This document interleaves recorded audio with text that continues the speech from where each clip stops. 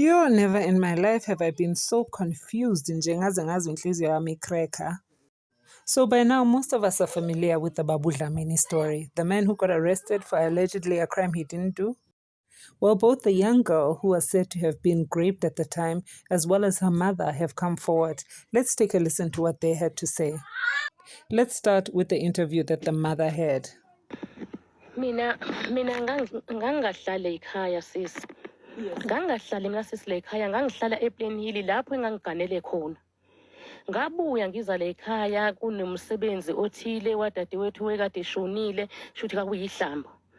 Uma sengibele ePlainhill ngabona ingane yami ikhala kanti ayihleli ingajwayele ukuthi ikhale uma sengibele emuva. Wakhala lo mntwana wakhala efuna ukuhamba nami ngathi hayi angicenga umama akamvumele ngoba phela umama wesuke engafuni ngihambe nalomntwana. Ayike uma nake amvumeleke ukuthi sihambe ngehlike nake ePlainhill. Hayi akuphelanga nje insuku isikhathi esinganani umntwana wafike wangitshela lapha ePlainhill ukuthi umfowethu uGugu wenze into ekanje. Hey angizange ngize ngikholwe. Angizange ngize ngikholwe ngangokuba ngadonsa ufenisi ngahamba ngokhuswazi ngayishaya lengane. Ngathi hey ngitshela iqiniso. Ngitshela iqiniso ukuthi ubani okwenze lento. Hey umntwana lokweshilo ngamshaya umntwana lokweshilo. Ngase sengithatha ifoni. Ngifonele emsebenzini ke manje kuGugu ukuthi uGugu akakeze la. Kumina ke manje sike sizoxoxa naye khona lapha ePlainhill ngoba sasingasekho la ekhaya. Afika uGugu ngimbuza. Gugu ingane ngitshela ukuthi nokuthi. Hey sisi angizange ngikholwe impendulo angiphendula ngayo uGugu. Wathi nje ngikwenzile. Hey ngiyaxolisa makanonhle. Yonke lento engiyenzile ngiyenzisa uSathane. Ngihlasele uSathane. Alright ke kwase kusena afunda abele emsebenzini kongange ngimbize kade ephuma ezaphumezela ekhaya. Kwaphoqa ukuthi angisuke ke ngale ePlainhill ngize le ekhaya ngizobikela umndeni ke manje ukuthi hayibo nangu uGugu enza into ekanje. Ngafika ekhaya ngawubikela umndeni wami obhuti bami umana wekhona bekhona nobaba bakhuluma naye uGugu. uGugu wabandla akazange azaphike. Wehla wathi hayi ngiyaxolisa lento ngiyenzisa uSathane. uSathane waye wangihlasela. Ngizozama ukuxolisa. Ngithenga imbuzi ngigeze umuzi ngoba wathi ubabake wena uzogeza umuzi wami. Lothe ungcolisa. Wathi uzathenga imbuzi alontoza ageze umuzi kanye nomntwana. After that uGugu emva kwaloko uGugu kwaba nje sokuba nengxabano ke nje manje balapha phakathi kwethu ke nje manje ngoba phela njengoba sengibe ePlainhill sengiza ngala ingane yami esaba uGugu. Ngeke ikwazi ukubona noGugu ngeke izikwazi nje ukuzala ekhaya. So kumele ke lengane ibe ngiyithathe manje ngoyihlalisa kubo. Ngayithatha ingane ngayisa kubo sisi. Icala engalithwala idombolo engalithwala ngokuthi ingane ngishiyeleni isukeleni la ekhaya yaya ku lapha kubo angiyilande. Wathula umkhonto phezulu uGugu emsamo wamadlozi. Ubhuti wehleli la umana wehleli la ubaba weziphuzele welele la eme phezulu kwami nomkhonto nginengane ya 2009 engangibuye engangincelisa ngaleso sikhathi. Hey kwabanzima. Ngaleso sikhathi ke mina ke ngakhala. AwuGugu ngixolele, awuGugu ngixolele, awuGugu yima. Wathi ngithi mulande lo mntwana lo kubo lo msakhona umlandele ezile ekhaya ngiyamfuna ngiyamdinga uNonhlela ekhaya. Awuna lungile Gugu ngizomlanda. Iyona igama elangisiza ukuba ngisukume phansi. Mangisukuma phansi ngabe sengibiza amaphoyisa. Amaphoyisa akathi uthatha isikhashana nje ukufika. Hayi naye futhi ke akalele ke kwasesokulethi nje ebusuku. Naye futhi akalele ke uwalindile amaphoyisa. Afika ke amaphoyisa nje lolo suku lolo angithola ngalo umkhonto sisi ilolo suku futhi lelo ahamba ngalo. Ezigamekweni futhi esingaphambili engishaya ke futhi wayengafuni noma ngiyithume nje ingane mina ngumzali. Wengafuni nje ukuthi ngiyithume ke nje. Manje ngiyahamba odlala komakhelwane nezinye izingane ayizushawa izobulawa. Ayizushawa izobulawa.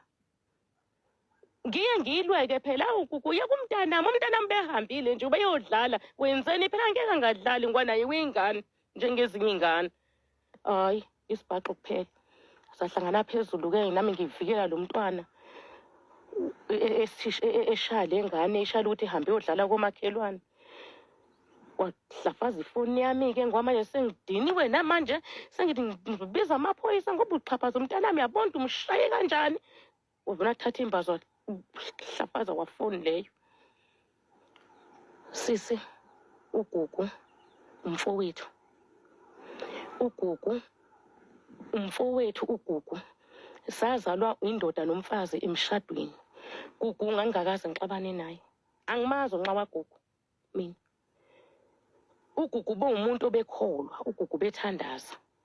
Indlela bethandaza ngabo ungafisa ukumlandela ugugu. Kodwa kuphela ukuthi ubebuya athi mele ekhaya akube nomoya nje ongawazi ukuthi owani mabe esekhaya ngoba ngiyakhumbula ngolunye usuku waxabana nobaba nje embuka uziphuzele kuba beyazikhulumela umbuzo ukuthi silamba sihlupheka ebhungukile ehlele egoli wayethi sidlana wavuka nesigqiki kwashaya kubaba isigqiki yabona sisi la emakhaya sindiye uyakwazi ehlathini nje mawubona la kusahwe khona kahle isigqiki nje sihle ubuye naso uzoziqothela ngaso emlilweni wasuma sesigqiki washaya kubaba. Ubaba wazi wahamba waye esibhedlela wenzelwa incwadi angazi esibhedlela kwabuya nencwadi ethi akambophe ugugu.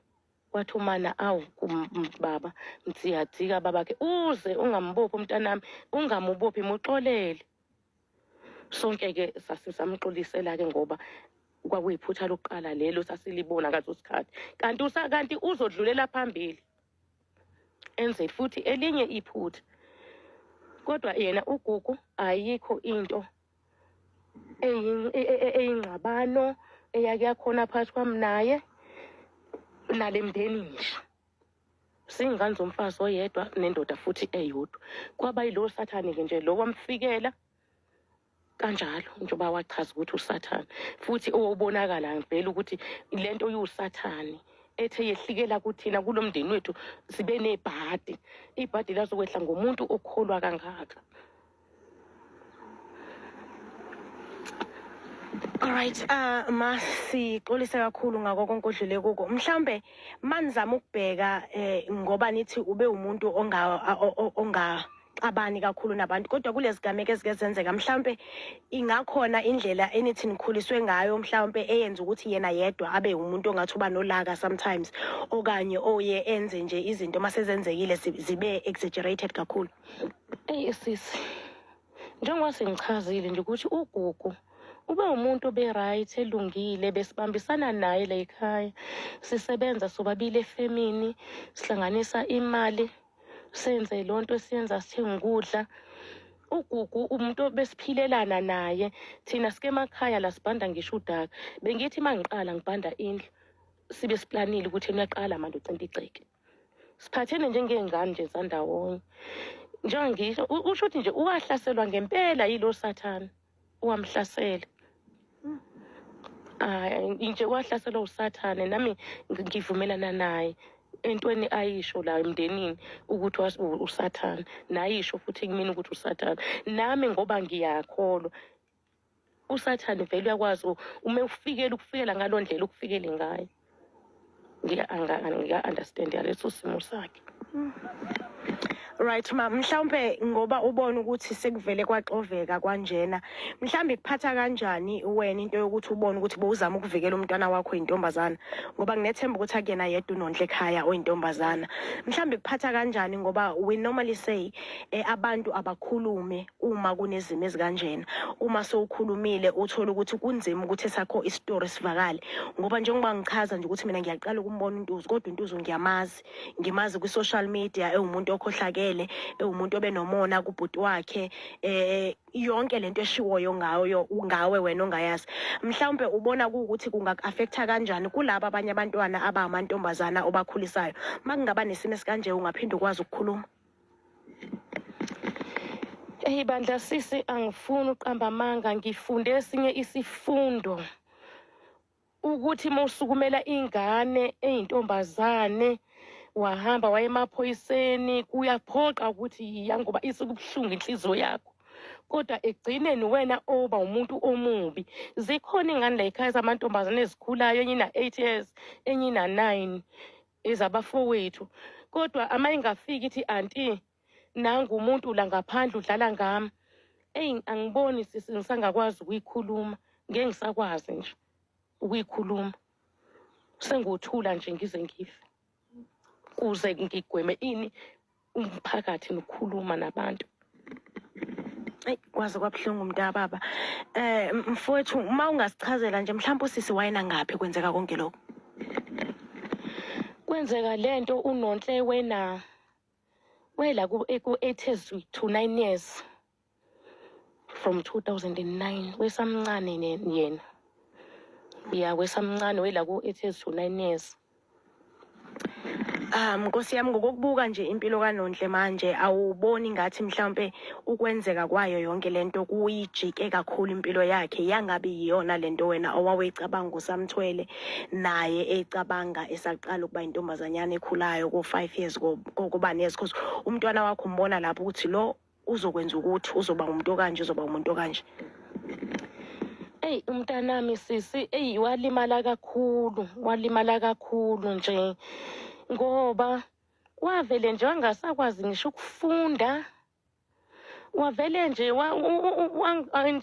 enganeni zami elama yena uNonhle iqedile esikoleni, kodwa yena wahluleka nje isikole, samehlula nje isikole. Nanokuthi nje futhi sisi, lento lena kuyena beyihleli khona vele nakuba lingaka-trendi, ngoba mexabene nenye ingane ibimthuka lento nje kuyena ihlezi nje ivele iyinhlamba nje ehleli khona. Once waxabana nomuntu nje umthuka ngalento inje into, kanti futhi yona lento iyamthunuka yena. Ngike ngiboneke futhi mangabe kukhona umuntu athandana naye futhi uyakwazi abuyaphinda amthuke ngayo lento, ngoba bayamtshela abantu ukuthi lo wadlwengulwa, kwaba u1, kwaba into kanje, amthuke naye ngayo futhi lento. So for me personally, I don't want to lie, my mindset towards this whole story has changed. Listen to the actual victim had to say. Mina lento lena ingiphatha kabuhlungu yokuthi umalume yena uyaphika kuze kuzoba yimanje. Yebo umalume oGugu kufanele aphume ejele. Yewe usedonsile kakhulu lo mnyaka le aseyidonsile. Kodwa umalume oGugu mina bengikufisa naye ukuthi mangabe yizwa lento, imina uNonhle ngikhona ngiyaphila. Iqiniso lakhe ngicela livume. Kungaze kulimala abanye abantu abasemaceleni babekade bengahlangene. Sasinaye la sesilala khona sasinaye sobabili, omunye wayekade engekho. Mina lento le yangihlumeza kakhulu la emphakathini, ngithukwa ingane zize zilinganise, ezinye zithi zona zinamehla u3 awu2 lawa ababuka ngawo, elinye lingaphansi enkomeni. Ngoku mina ngizazi kahle ukuthi mina ngenzeka lonto. Ngithukwa le emphakathini ukuthi mina ngabophisa uGugu. Into ayisho njalo ithi mina ngabophisa uGugu, ngangizange ngize ngidlwengulwe mina. Abanye bathi mina ngadlwengula, abanye bathi ngiqamba amanga, njoba kusho namanje ukuthi wayamanga. Umalume oGugu kusho yena uzilwele lakhe iside. Yebo umalume oGugu angiphiki, umalume oGugu wayekholwa. Waqala wangenisa ePostoli, waphuma ePostoli wahamba eZiyoni, waphuma eZiyoni wangena eWeseli. Ngoba mangaba ngingaphazami wazi waboshwe esonta khona eWeseli. So umalume oGugu ntambama wayengithatha ahamba yolala nami embedeni wakhe. Ngangilala naye nje ubusuku bonke. Umalume oGugu lento akazange azayenze kumina kube kanye, wayenza kaningi. Engifaka into yakhe yokuchama ngaphambili nangemuva.